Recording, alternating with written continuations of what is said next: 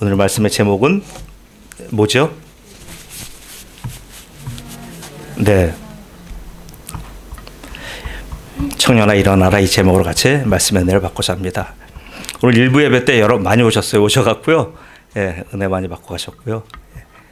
예, 여러분 옆에 안 보이시는 분들은 다 일부 예배 오신 분들이에요. 아파서 못 오신 분도 계시지만.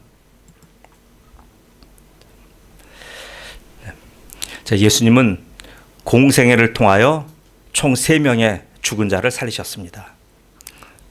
첫 번째 회당장 야이로의 딸을 살리셨고요. 두 번째 베다니의 나사로를 또 살리셨고, 그리고 오늘 본문에 나인성 과부의 아들을 살리셨어요. 죽은 자를 살리신 사역은 예수님의 3가지 사역 중에서 치유 사역에 해당되는 겁니다. 예수님이 이렇게 죽은 자를 살리신 이유가 있어요. 그 이유는 먼저 예수님의 죽음과 부활을 예고하신 것이고요. 또 다른 거 하나는 뭐냐면 인생에서 가장 큰 문제가 죽음이잖아요. 죽음의 문제를 주님이 해결하시겠다고 하는 것은 인생의 어떤 문제라도 주님의 손에 들려지면 해결받지 못할 게 없다라고 하는 주님의 메시지예요. 그래서 죽음은 모든 것의 끝이잖아요. 더 이상 나갈 수 없는 막다른 골목이잖아요. 이 막다른 지점에서 뭘 하겠습니까? 할 수 있는 것 장례밖에 없어요. 그래서 장례식은 망자들, 사망한 사람들의 그 종교를 사회적으로 인정하는 그런 행위입니다. 오늘 이 작은 동네 나인성에서 그런 일이 생겼어요. 한 과부의 외아들이 죽은 거예요. 보세요. 그럼 이 사람 모든 게 다 무너진 겁니다. 과부라고 한다면 남편이 죽은 자잖아요. 근데 남편이 죽은 데 이어서 아들까지 죽은 거예요. 그럼 이 사람의 희망은 뭡니까?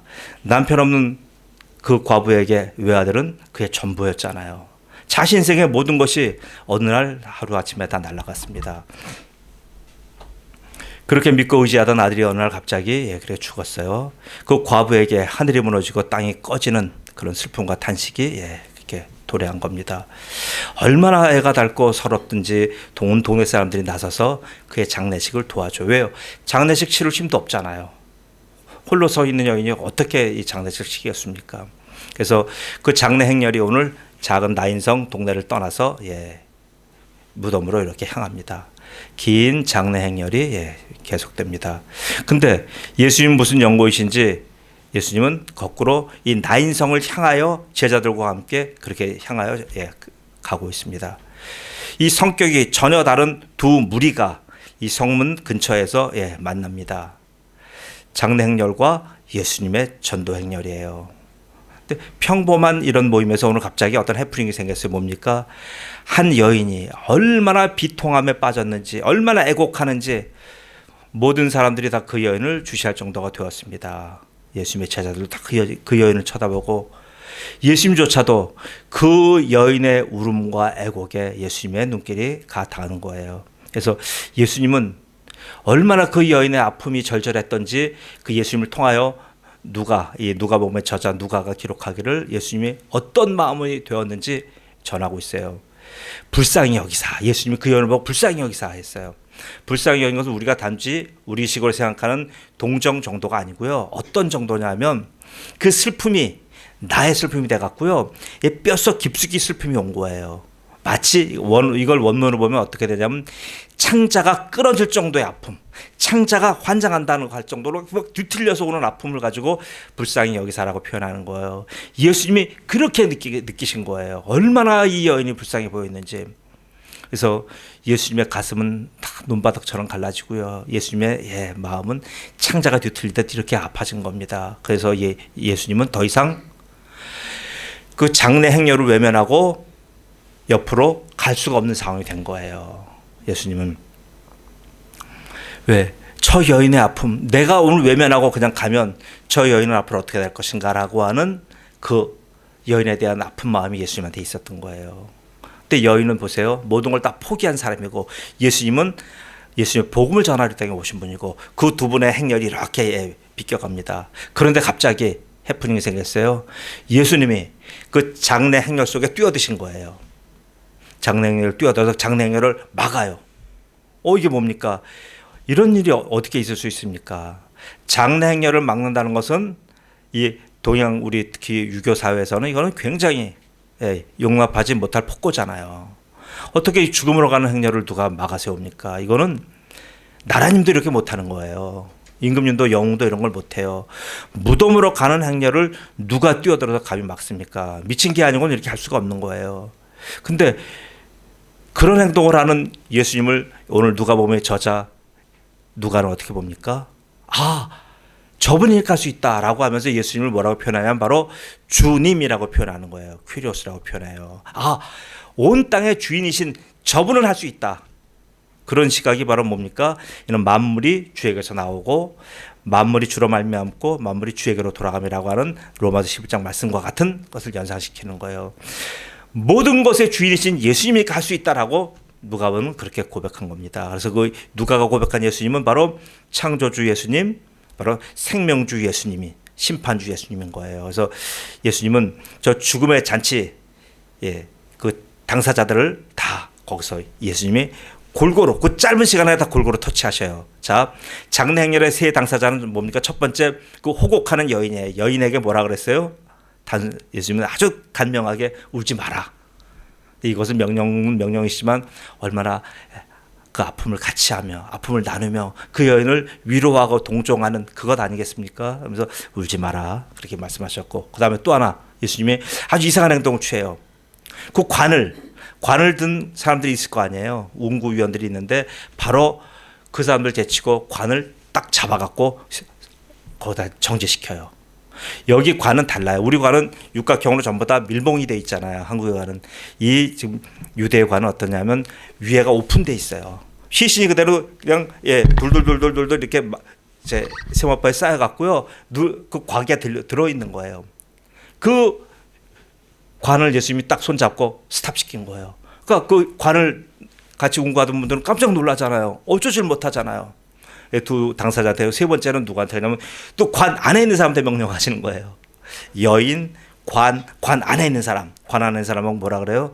내가 네게 말하노니 청년아 일어나라. 일어나라고 말씀하신 거예요. 자, 참 당황스러운 장면이고요. 우리가 상식으로 이해할 수 없는 그런 모습이잖아요. 보세요. 예수님의 첫 번째 이적이 뭡니까? 첫 번째 이적은 가나의 혼인잔치예요. 이 혼인잔치에서 예수님이 어떻게 하셨냐면 혼인잔치가 중간에 끊어지지 않도록 계속 물로 포도주를 만드셔서 그 잔치를 계속 연결시키셨어요. 잔치가 원하는 시간까지 원하는 날까지 계속되도록 그걸 도와주신 거예요. 그런데 이 나인성에서 장례식에서는 뭐예요? 장례식을 중지시켜 버린 거예요. 왜 이렇게 상반되는 행동을 하십니까? 도대체 뭐 때문에 그래요? 그건 두 가지 이유가 있어요. 하나는 예수님 뭐예요? 예수님은 죽은 자의 하나님이 아니라 산 자의 하나님이기 때문에 그래요. 하나님 죽은 자의 하나님이 아니요 산 자의 하나님이시라 너희가 크게 오해하였도다. 마가복음 10장 27절이에요. 또 하나는요. 왜 예수님이 그 운구 장례 행렬을 막아섰냐면요. 바로 예수님 자신이 사망의 주님이 아니라 생명의 주님이라는 것을 거기서 공표하는 겁니다. 너희가 거룩하고 의로운 일을 거부하고 도리어 살인한 사람을 도와주기를 구하여 생명의 주를 죽였도다. 보세요. 그러나 하나님이 죽은 자 가운데서 그를 살리셨으니 우리가 그 이 일의 증인이라. 사도행전 3장에 있는 말씀이에요. 보세요. 여러분, 죽음의 예식조차도 생명의 주님을 막아 세울 수가 없는 겁니다. 생명이신 예수님이 보세요. 이 죽음을 목격하고 보세요. 예수님은 그 장면을 보고 예수님이 산자의 하나님 바로 생명의 주님이라는 사실을 거기 있는 모든 분들에게 알리신 겁니다. 그래서 예수님은요 지금 생명주의 권위와 권세로 저 엄숙한 장례식을 예수님은 한마디로 말하면 조롱하신 거예요. 지금도 예수님은 동일하셔요. 예수님은 성도의 죽음을 목격하시면 자, 그 죽음은 어떻게 됩니까? 예수님이 생명주이시기에 그 죽음의 행렬이 거기서 멈춰버려요. 성도가 지금 여러 가지 삶의 문제로 죽음의 상태에 있다고 해보셔요.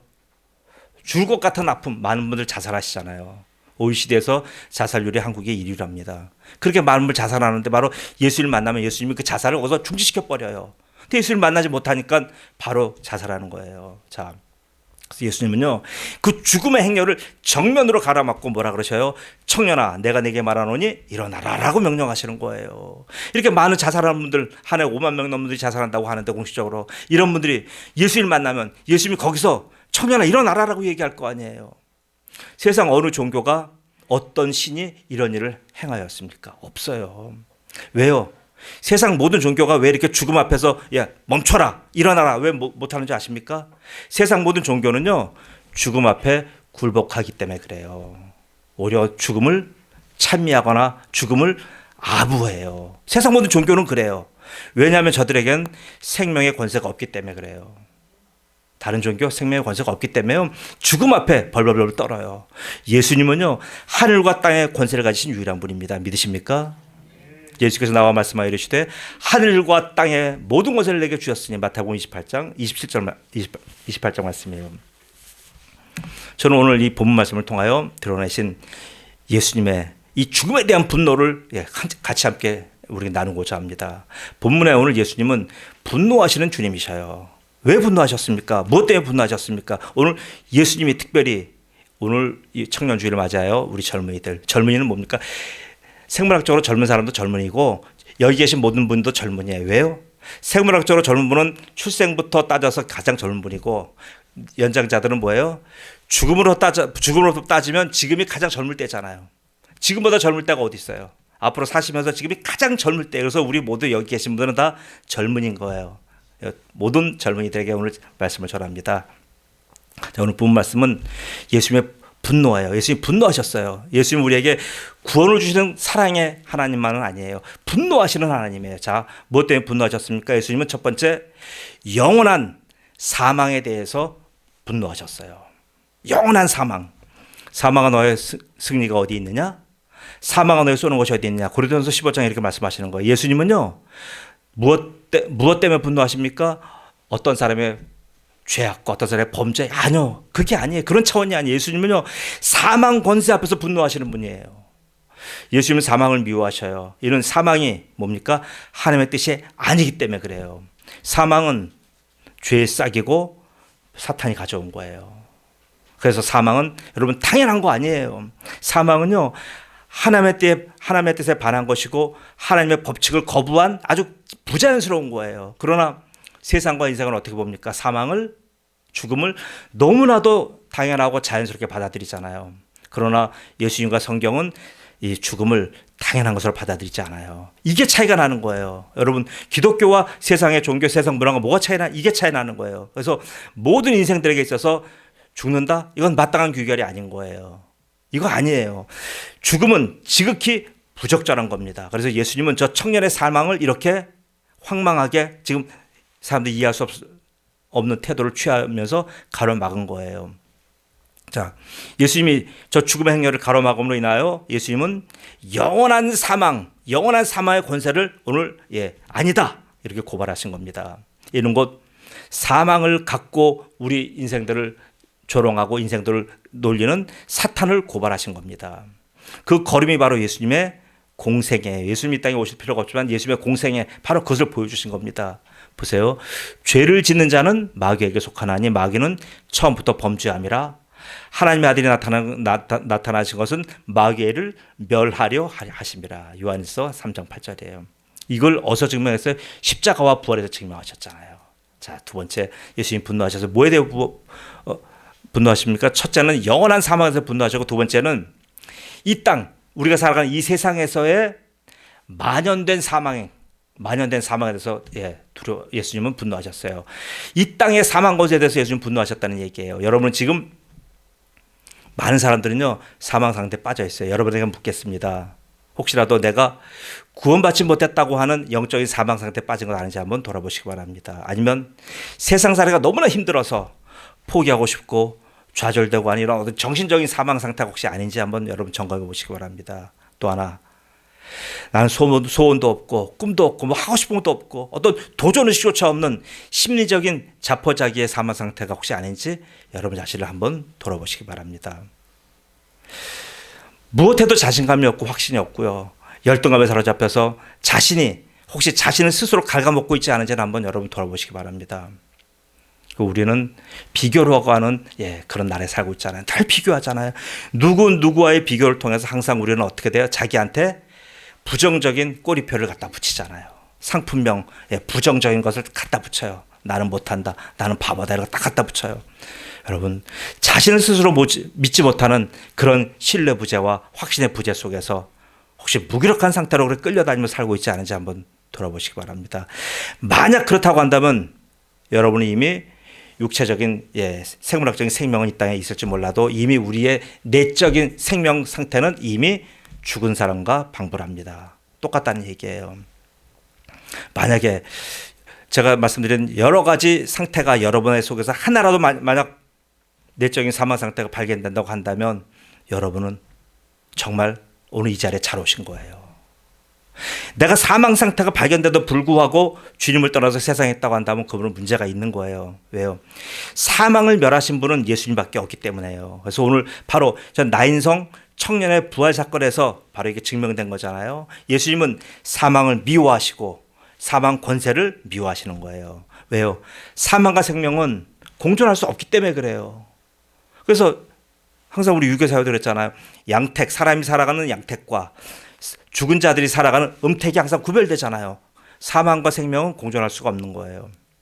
제가 이렇게 세상의 죽음 속에서 죽음의 상태 속에서 살아가던 한 젊은이가 깨어난 사건을 여러분에게 말씀드리겠습니다.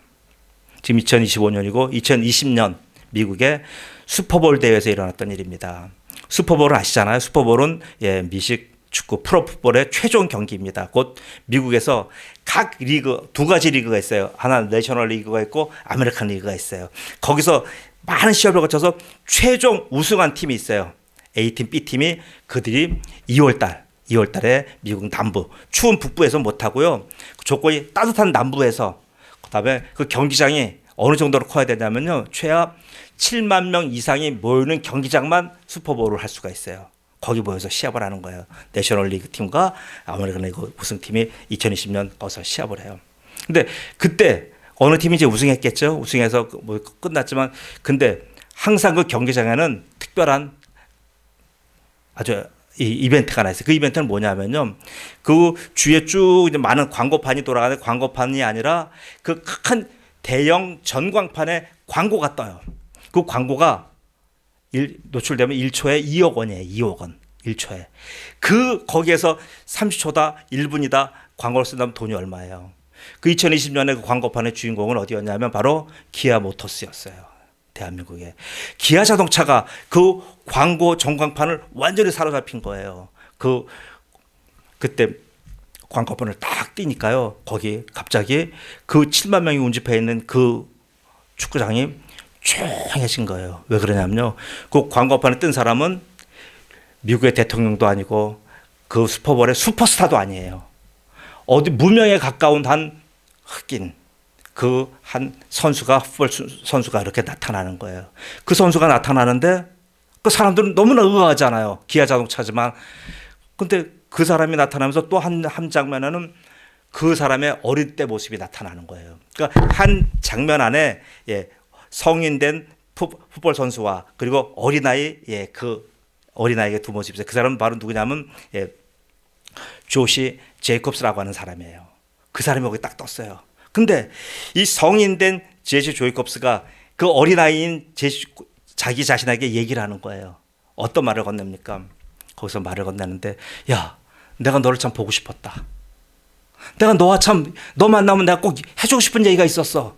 그러면서 그 나름대로 성공한 그 풋볼 선수인 제시 제이콥스가 어린아이 그 갈등하고 고민하고 큰 많은 서름 속에 살았던 미국의 흑인의 삶 그 아이에게 얘기하는 거예요.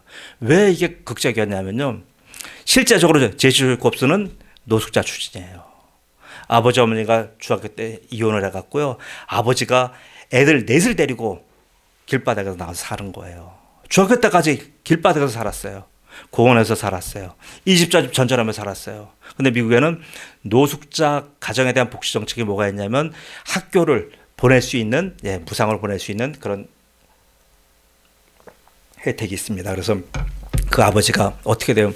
왜 학교를 보냈냐면 아이 성공 때 보낸 게 아니라 학교 가면 먹는 게 해결되잖아요.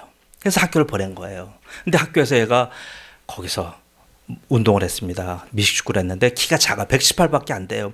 미식축구는 대부분 190에서 2m가 넘는 이런 아주 거대한 숲이에요. 거기서 이 작은 친구가 뭐랍니까?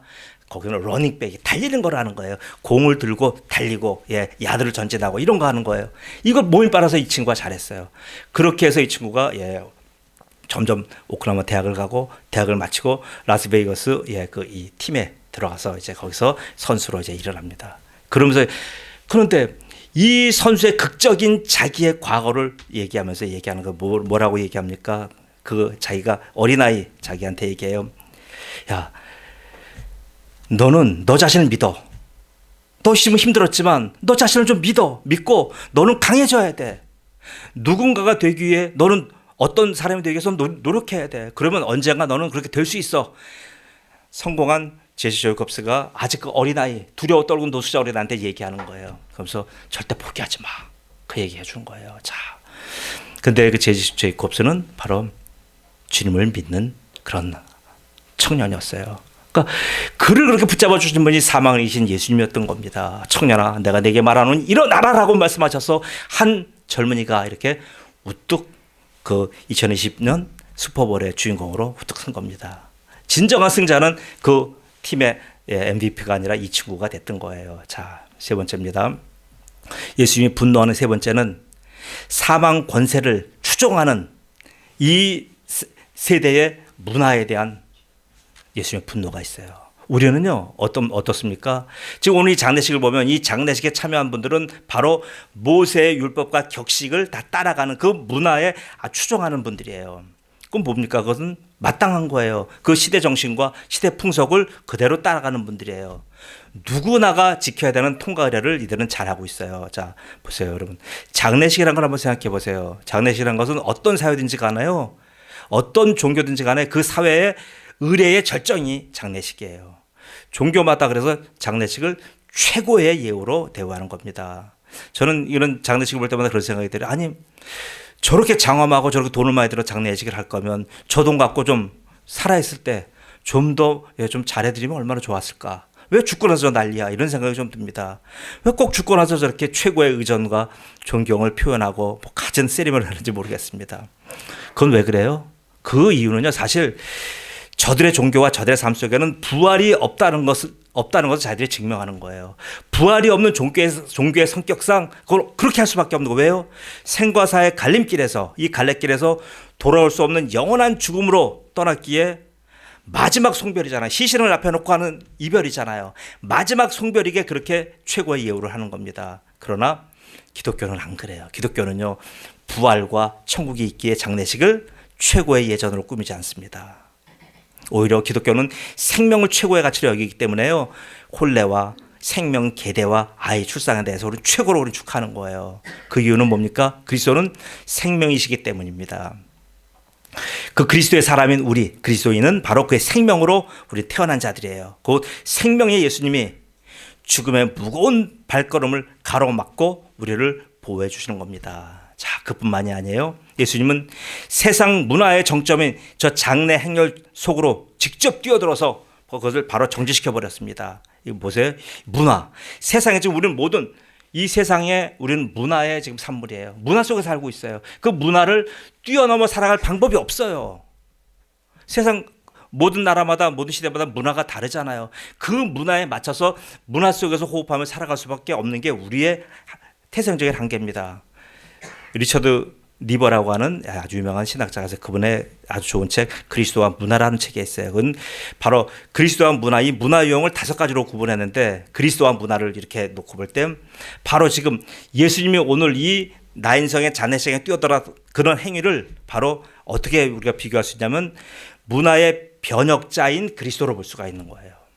문화의 변혁, 그 문화를 그냥 추종하는 게 아니에요. 그 잘못된 문화를 바로 엎어버리는 거예요. 개혁하는 거예요. 이게 바로 지금 문화에 대한 그리스도의 자세입니다. 예수님은 죽음의 행렬 대신에 제자들과 함께 나인성을 변화시키는, 거기 있는 모든 사람들 변화시키는 바로 문화 변혁자로 활동하신 겁니다. 좀 말씀이 어렵더라 이해하세요. 자, 사랑하는 예배 성도 여러분, 특별히 젊은이 여러분, 여러분의 삶의 전선에서 부딪히는 많은 문제 중에 참 어려운 문제가 하나가 바로 이 문화 충돌이에요. 성경 문화와 세상 문화의 충돌 속에서요, 많은 청년들이 무비판적으로 세상 문화를 추종합니다. 저도 그랬어요. 문화라는 미명하에 아무렇지도 않게 그 문화가 장래 행년에도 불구하고 그것을 우리는 무위판적으로 받아들이고 쫓아갔던 거예요. 보세요. 근데 만약 그렇게 살아가는 것이 맞다고 한다면 예수님은 오늘 저 장례식 행렬에 들어가서 저기를 저렇게 난장판으로 만들지 않았을 겁니다. 우리가 세상 문화를 아예 거부하는 것도 좋은 태도는 아니고요. 또 이렇게 분별 없이 따르는 것도 좋은 것도 아니고요. 또 세상 문화에서 아직 난 모른다, 난 끊고 산다, 무관심한 것도 좋은 것 아니에요. 또한 기독교 문화는 우위고 우등하고 세상 문화는 열등하니까 세상 문화를 막 깔본다. 그것도 우리가 좋은 태도는 아니에요.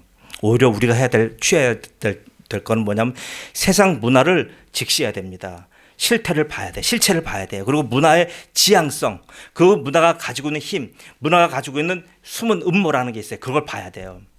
제가 그런 그리스도인 한 명을 소개할게요. 그런 이 경희대 포스트 모던 음악학과 한교훈 교수예요. 개인적으로는 조금 압니다. 그는요, 굉장히 어렵게 대학교 교수가 됐어요. 진짜 어렵게 됐어요. 왜냐하면 그는 전남대 출신입니다. 공부 잘하고 머리 잘하는 분이었지만 한국의 이 현실은요, 지방대학 나왔다고 한다면 인정을 안 해줘요. 그래서 이분이 이제 방송국에 들어가서 방송국에서 PD도 하고, 제가 좋아하는 아침에 했던 무슨 프로그램 인간시대 이런 것도 이분이 PD다 하고 그러셨어요. 그렇게 하다가 이분이 자기 한계가 있잖아요. 한계가 있다 보니까 이분이 어떻게 해요? 공부를 해서 이제 유학을 가서 미국에서 학위를 마치고, 그리고 나서 한국에 들어와서 이제 경희대 임용이 됐습니다. 근데 임용이 되면 뭐래요? 특히 문화의 최첨병들이잖아요. 이 사람들 문화가 있잖아요. 그 문화를 쫓아가야 되는데 도저히 쫓아갈 수가 없는 거예요. 그 학과장이 굉장히 아주 황제 같은 분이에요. 그분의 말은 꼭 언명이고요, 법이에요. 그분 따라서 모이라고 모이고 매일 술이고 매일 아주, 왜 이렇게 이분이 그러는 거예요? 왜 이렇게 거기 돈이 많은지 모르겠대요. 이 문화인들은 돈이 많대요. 매일 안 가니까 계속 협박이 들어오고 계속 임용 취소가 들어오고 밤낮 그 인사고과에서 제일 바닥이 쳐지고, 그러다가 이분이 어느 날 내가 왜 나 혼자 이렇게 살지? 이분은 그리스도인이에요. 나 혼자 내가 뭐 잘났다고 이래? 그래갖고 어느 날 술집에 간 거예요. 거기서 환영을 받고 그분들의 인정을 받고 그래서 아주 즐거운 생활을 좀 했어요. 하다가 어느 날 갑자기 이분에게 큰 빨간불이 들어온 거예요. 신호등에 빨간불이 들어온 거예요. 빨간불에 건너간 사람 바보잖아요. 막 멈춰야 되는 일이 생겼어요. 그 빨간불이 뭡니까? 바로 그 레드라이트는 바로 자기 아이가 갑자기 큰 어떤 사고를 당한 거예요. 이건 도저히 자기 학과정을 도와줄 수 없는 거예요. 지금 이 절체절명의 그런 사고를 만난 것은 바로 누구예요? 하나님밖에 도와줄 수가 없잖아요. 그러니까 이 사람이 회개하고 주님 앞에 매어 달려요. 그런 일이 생겼습니다. 그러면서 그건 그렇게 하나님께 매어 달리니까 그 다음부터 하나님이 어떻게 해요? 그의 돌아옴을 하나님은 반기셨고 그의 회개를 하나님 기다리셨잖아요. 그래서 그 다음부터는 하나님이 일하시는 거예요. 하나님이 일하시니까 어떤 일이 생겼냐면, 놀랍게도 그 학교의 학생들이 많은 그냥 투서를 놓고 불만을 제기해갖고 그 학과가 완전히 신문에 나오고 TV에 나오고 난리가 났어요. 난리가 나서 결국은 학과장 위학 모든 교수가 전부 다 보직 해임되고 학과장 구속되고, 그 학과에서 살아남은 사람은 한교훈 교수 한 명만 살아남았어요. 그리고 나니까 나중에 어떻게 돼요? 자기 혼자가 있으니까 전부 다 학교에서 낮에 오다가 내려오기를 한 교수가 빨리 새로운 교수들 알아봐. 그러니까 자기가 다 알아봐고 전부 다 거의 다 기독교인 교수를 다 뽑은 거예요. 그래가지고 학교가 완전히 뒤집어지고 바뀌어버린 거예요. 그래서 자기가 본의 아니게 능력도 없는데 본인 말로 의하면 자기가 학과장이 된 겁니다. 그래가지고 그 학교가 지금 얼마나 각각 달라졌는지, 찬양 동아리 생기고 성경 동아리가 생기고, 거기서 지금 많은 분들이 지금 그 변화된 모습을 계속 보여주는데 굉장히 놀랍더라고요. 자, 이렇게 학교가 새롭게 바뀐 거예요. 자, 보세요. 이거 뭐 때문에 그래요? 한 사람이 일어난 거잖아요.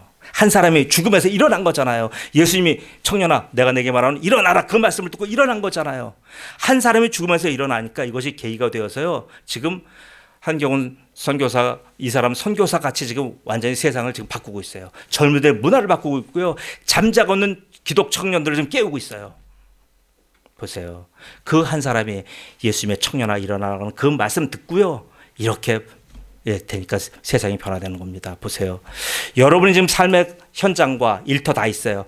일터는 누가 주인이에요? 내가요? 우리 사장이 아니에요. 여러분 똑똑히 보세요. 문화적으로 보면 그 사장이 따로 있고 내가 주인일 때도 있어요. 그러나 우리 영적으로 보면요, 그 영역의 주인은 누굽니까? 그리스도입니다. 그리스도가 주인인 거예요. 여러분 오해하지 마세요. 여러분이 가 있는 삶의 현장은요, 그리스도가 주권자예요. 이게 영역 주권이에요. 그 영역마다 지금 모든 영역을 지금 그리스도가 다스리고 계신 거예요. 사망 주인 아니고요, 나의 지금 여기 눈에 보는 보스가 주인 아니에요. 사탄 주인 아니에요. 그리스도가 그 영역의 주인이신 겁니다. 그래서 오늘 말씀을 통해서요, 특히 우리 젊은이들이 이렇게 저는 잠자고 있고 나 자신을 계속 미워하고 있고 나 자신을 계속 내가 열등감성에 몰아넣고 거기다 나쁜 태그를 딱 붙이고 있는 불량품이라고 하는 태그를 붙이고 있는 혹시 젊은이가 계시다고 한다면 여러분 일어나셔요. 오늘 예수님 여러분에게 명령하시는 거예요. 내가 내게 말하노니 일어나라. 이런 모든 주의 종들이 되시길 예수님으로 축복합니다. 아멘. 살아계신 아버지 하나님, 은혜 감사합니다. 아버지 하나님, 하나님이 생명의 주시기에 바로 우리가 이렇게 죽음의 행렬 속에 들어가서 맥없이 살아가는 것을 주님께서는 용납하지 못하신 것을 분명히 보았습니다. 영원한 사망을 주님께서 끊어주셨고, 이 땅에 살아가면서 이 땅에서도 우리가 생명 없는 자 같이 살아가는 것도 주님께서는 우리를 용납하지 않으셨고, 그리고 세상에서 그리스도 없는 사망의 문화와 우리가 짝하는 것도 주님께서는 보지 않으셔서 그곳을 바로 변혁하신 놀라운 사실을 오늘 말씀을 통해서 제가 보았습니다. 전능하신 아버지 하나님, 오늘 말씀을 들은 바로 은혜의 성도들 모두 한 분 한 분이 삶의 이렇게 죽음의 문화 속에서 주저앉아 있지 않게 도와주시며 그리스도의 말씀으로 일어나며 생명의 아버지 호흡을 하며 생명의 뜀박질을 하는 주의 종들로 축복하여 주옵소서. 감사하며 예수님의 이름으로 기도드리옵나이다. 아멘.